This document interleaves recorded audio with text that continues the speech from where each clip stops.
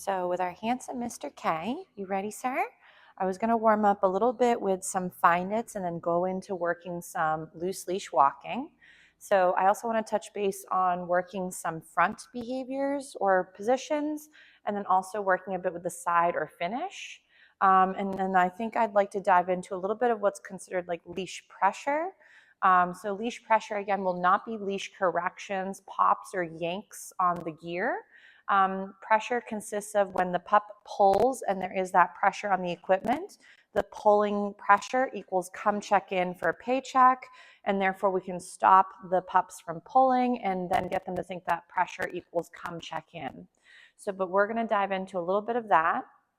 So with Mr. K right now, the reason I love warming up with Find Its is it gets my babe to, again, like we've mentioned prior, move away from me and reorient back to my bubble. Yes.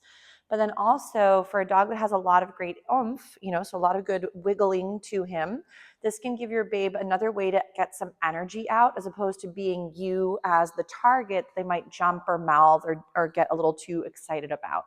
So this is a great option for when you come into the environment and your babe's a bit wiggly and all over you. This can sort of help your puppy start to realize that coming into your space does not mean you become the main center for the jostling. So now as he's kind of warming up with these lovely Find Its, anytime he comes near me, I could go yes, and then go into tossing the food, or mark the moment he comes into my space, and then feed him for this. So yes, and then feed for being near me. So the benefit of this orientation is it starts to get a dog that wants to start honing in on you versus the environment. So in the beginning, I do use my food to, again, feed throughout the moment where he's up and against my body by the side that I'd like him to be on. So I do recommend sometimes practice left and right because you never know if there might be something gross on the ground like we've mentioned prior.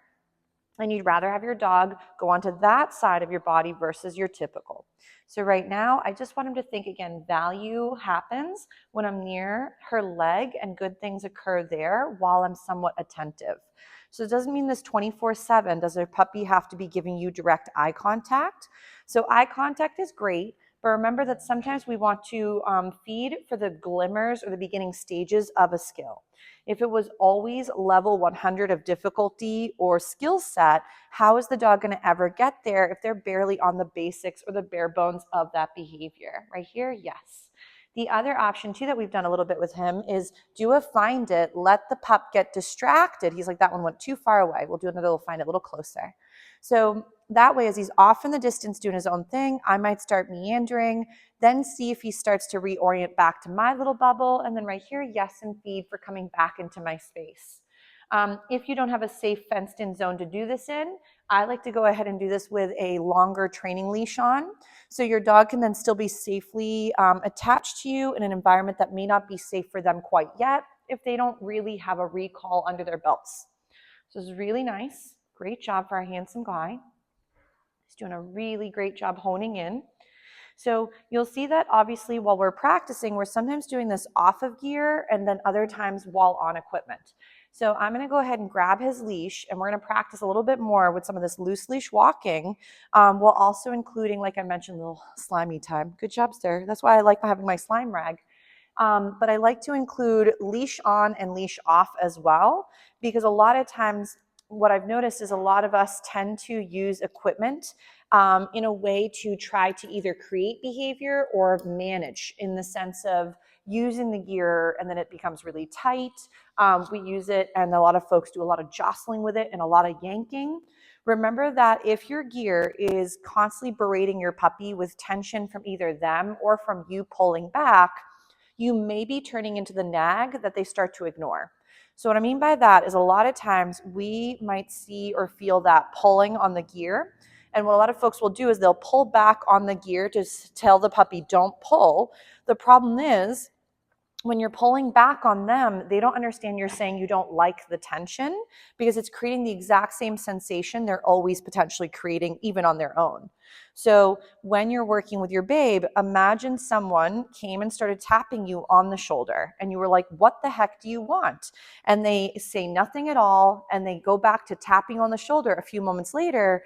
You're probably going to start to get, oh my goodness, annoyed or start to ignore them when they tap on your shoulder.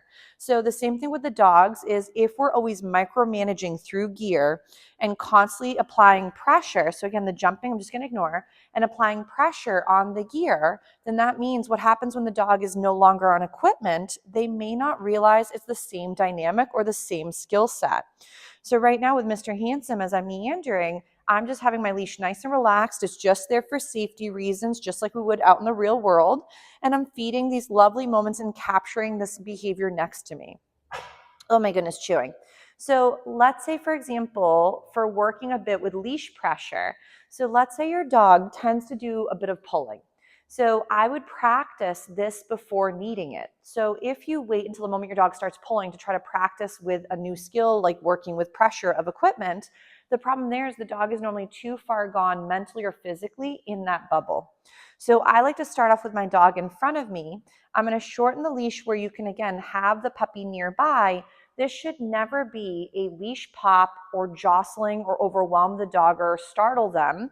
It shouldn't be scary. So I would go ahead and do a little pull and then feed. So if he gets a little excited, wants to kind of jump into my space, I'm just going to feed low on the floor. So for example, I have the puppy in front of me. I'm just feeding him for being near. I'm going to pull on my gear and feed for that. So you'll see that again, his body language shouldn't change. He shouldn't get more flustered as I'm doing a little bit of this little pull and feed. So the reason I like to start off with the puppy in front of me is for a lot of folks, if you start with loose leash walking, the dog may not know what we're doing in that setup yet. So I like to start off where the dog is in front of me. And then what I like to do is a little pull and feed for that response. A little pull and feed for that checking in. And again, a little pull. So I'm not dragging him around the environment, but I'm having him where he feels the leash get taut. It means to come check in for a paycheck.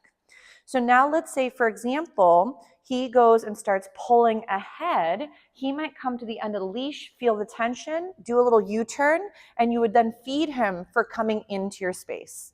So let's say again, right here, tension, yes. So he felt the leash get sort of snug when he gets to the end of the little lead part. And then when he felt that connection, he did a little check-in by doing a little U-turn and heading back to my space. So right here, a little tension, yes. So this does not mean that as you're walking forward and your pup starts to pull, that you pull back and keep walking forward. So this would be your puppy starts to blow past you, there's tension on the equipment, they come to the end of the leash, and then they would normally do this little check back in with you, and then you'd reinforce that moment. So leash pressure, again, right here as he feels the tension, right there, yes. I want him to think that when you get to the end of the leash or you get to that little target on the lead, wherever you might be holding it, that you will go ahead and you'll get a bonus bit for paying attention. If we're getting a little bit of excitement, I'm going to go back into, again, feeding the floor. Sometimes as the babes get tired, they'll start to do other behaviors that either give them an out. Remember that working on these lovely moments with me the whole time is exhausting. So we would want to keep our loose leash walking short and sweet for greater success so we don't overwhelm the pupperoos. So again, with the handsome guy, now we're going to go from doing that lovely loose leash walking and then leash pressure practice to now I want to work a little bit with what's called a front position. So front, for example, you could be walking and having your puppy next to you. You could then lure them and then bring them into the front of your body. This again requires no connection with the gear. So like, for example, the leash pressure was when he felt pressure, it meant come check in. This one, again, the gear should stay nice and relaxed. There should be no pressure from equipment to create a front. Because if we always use gear, then right here, so notice how there's the tension, he feels the connection, nice. And we feed him for doing that little check back in. So now we're gonna go into working again, a little front, and then feed for that. Eventually, fronts could also turn into a sitting position in front of you. So right here, he's like, lady, I'm just so hungry. So I might try to get that little sit. Yes, right there. We're a little tangled, but that's okay. We'll fix the leash in a second. Ready? So we'll get them up and wiggling. So the benefit of having a front position is, let's say your dog is getting a little distracted with the environment. There's a squirrel up ahead, or your neighbor's out doing something, moving their trash barrels, and you want to get his attention before you start to lose him. You could go, ready? Front, and then get him in front of you, and now he's facing away from the distraction. But now let's say he's in front of you and you would like to have him back on your side. This is where a side or a finish position could be helpful. So I'm just going to bring him a little closer so it's easier to see. So let's say I just did that front, and here the dog is in front of my body, but I would like to have him back by the side of my leg so we can keep walking. I would take my food, I'm going to lure him to the side of my body and then feed him for while he's next to my leg. So a side or finish position can be very helpful because then you could continue on your merry way, and now your dog is on the side of your body and no longer in front of you. So this is another great way to create more engagement with your dog because you're having the walk become more fun than just going from point A to point B. So now let's say I want to bring him again back to the side of my body, lure him, bring him to the side of your leg, and you could feed him right there for targeting that spot. So again, then we're going to keep going again. Here we go. We'll move along and we'll feed again. So I'm going to do it one more time so everybody can see. So again, we'll bring him into a front, feed him there. And then let's say I want to bring him to my side or finish. Bring him out to the back of your leg and then feed right here. Nice. Good job.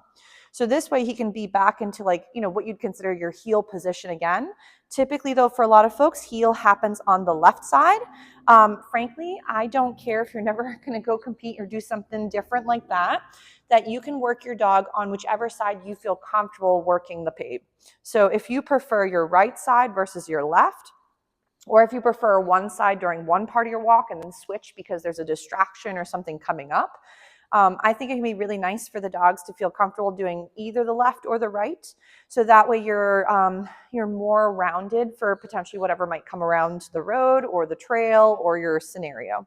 So nice job, sir. We'll do another little find it for the handsome guy. But when working with leash pressure, remember leash pressure is not your dog pulling and then you pulling back. And it's more your dog is walking. There's a tension moment. When they feel the tension, we want to start feeding for when they come to check back in. So you're feeding for the disconnect from the pull and the refocus on you from the environment. So remember, it's not about micromanaging or creating tension on the gear, but more almost pretend as if they were naked on the, obviously while still being attached. So that way it's not you constantly potentially micromanaging or yanking on equipment, because the more we fiddle with gear, the more likely your babe is going to start to ignore it. So remember, gear is just there for safety reasons. So it's like your training wheels. Training wheels do not teach you how to ride your bicycle, but they keep you from instantly maybe failing and falling or getting hurt. So someone would still have to teach you how to pedal, turn, and of course also stop. So same thing with our handsome guy. Equipment is there for safety, but it shouldn't be the thing that makes the behavior happen. That'll be where the engagement, the relationship, and the things he finds reinforcing will help create those behaviors for later down the road. And then those skills become habits, and then those habits are again hopefully really ingrained in him so they can be helpful for him when needed and for us. So, but remember, it's a partnership, or at least, a situation where it's learner and teacher.